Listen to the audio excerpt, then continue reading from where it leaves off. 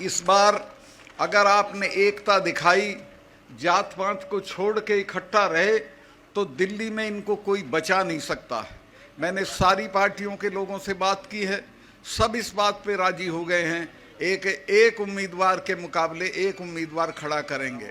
अगर ऐसा हो गया तो ये दिल्ली में बचेंगे नहीं, और अगर ये बच गए तो एक बात समझ लो, फिर आप नहीं बचेंगे। ये आखिरी मौका है हम लोगों के लिए कि हम अपने पेशे को, अपनी ज़मीनों को, अपने बच्चों को बचाएं। मैं बहुत लंबा भाषण नहीं देना चाहता, सिर्फ इतना कहना चाहता हूं कि देश बहुत गलत आदमी के हाथ में है। जब ये अभी मैं बोला था 4-6 दिन पहले, बड़ा शोर हो गया देश में, इन्होंने बड़ा तमाम तरह के लोग वो पालतू जो हैं वो लहका दिए मेरे ऊपर। मैंने ये बताया था, जो सच था उसी वक्त बताया था जब मैं ये था गवर्नर था, कि जो वहाँ पुलवामा में जो अटैक हुआ हमारे सिपाहियों पे, 40 लड़के मरे हमारे जवान, वो नहीं मरते अगर ये उनको 2 हवाई जहाज दे देते, 5 हवाई जहाज। वो लड़के अगर मेरे से मांग लेती सीआरपी तो मैं 5 हवाई जहाज दे देता, लेकिन गृह मंत्रालय ने वो उनको हवाई जहाज नहीं दिए और वो सड़क के रास्ते चल दिए। उस सड़क के रास्ते में मैं गया जिस दिन ये दुर्घटना हुई, उसके बाद उसमें 10 किलोमीटर के एरिया में करीब 10 जगह सड़क आके मिलती है।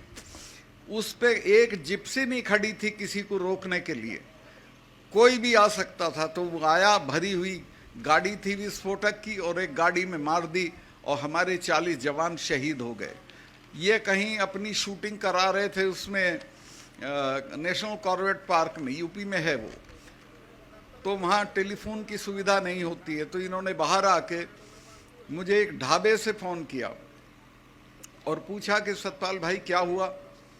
मैंने इनको बताया कि साहब ऐसे ऐसे हो गया, इतना हमारा नुकसान हो गया है और ये हमारी गलती की वजह से हुआ है। अगर हम जहाज़ दे देते तो ये हमारे बच्चे नहीं मरते। तो इन्होंने मुझे कहा कि नहीं, अभी इस पे चुप रहो, इस पे अभी चुप रहो। जो नेशनल सिक्योरिटी एडवाइज़र है, जिसका नाम आपने सुना होगा, अजीत डोभाल, वो मेरा क्लास फेलो रहा, कानून की क्लास में हम साथ पढ़ते थे। उसका मुझे फ़ोन आया फ़ौरन कि प्राइम मिनिस्टर ये कह रहे हैं आप बोलें नहीं कुछ। चूँकि मैं बोल दिया था, मैं 2-3 चैनल को ये बता चुका था कि हमारी गलती से ये हुआ है, कि वो ये कह रहे हैं कि इस पे तुम चुप रहो। मैं समझ गया था कि अब इसका ये पूरा राजनीतिकरण अपने चुनाव के लिए करेंगे। जो मर गए वो भाड़ में जाए, इनको कोई मतलब नहीं है। और आज तक उस पूरे मामले की कोई जांच नहीं हुई है, कोई उसका नतीजा नहीं आया है। अब आप अंदाज़ा लगा सकते हो कि कितने ख़तरनाक लोग देश चला रहे हैं, जिनको अपने सिपाहियों की जान से हमदर्दी नहीं है, जिनको अपने देश से हमदर्दी नहीं है, और बात लंबी चौड़ी करते हैं, मन की बात करते हैं, कभी तन की बात करते हैं। तो मैं आपसे ये कहना चाहता हूँ कि बहुत हो गया, अब संभल जाओ, और अब नहीं संभलोगे तो हमारी तो अब उम्र लंबी हो गई, चले जाएंगे, लेकिन आपकी पीढ़ियां याद करेंगी कि कभी आपने गलती की थी और एक ऐसी सरकार को बने रहने दिया था जिसने आपका सब बर्बाद कर दिया, खेती भी, फौज भी, नौकरियां भी। तो मैं आपसे, और मैं आऊँगा, इलेक्शन में भी आऊँगा, जो भी आपका आदमी लड़ेगा उसके लिए। मैं तो, मेरे पैर में बहुत तकलीफ़ है, लेकिन फिर भी मैं घूम रहा हूँ, महीने में कम से कम 10 पब्लिक मीटिंग करता हूँ, सब जगह जा रहा हूँ, सबसे बात कर रहा हूँ, और मुझे ये कामयाबी मिली है कि सब इसके लिए राज़ी हो गए हैं कि एक उम्मीदवार के मुकाबले एक उम्मीदवार खड़ा करेंगे। और अगर ये हो गया तो मैं आपको आश्वस्त कर दूं कि ये बचेंगे नहीं, इनकी शक्ल नहीं पहचानी जाएगी। ये जो आज इनका घमंड है, ये सारा चूर चूर हो जाएगा। सब सहमत हो गए हैं, सारी पार्टियां सहमत हो गई।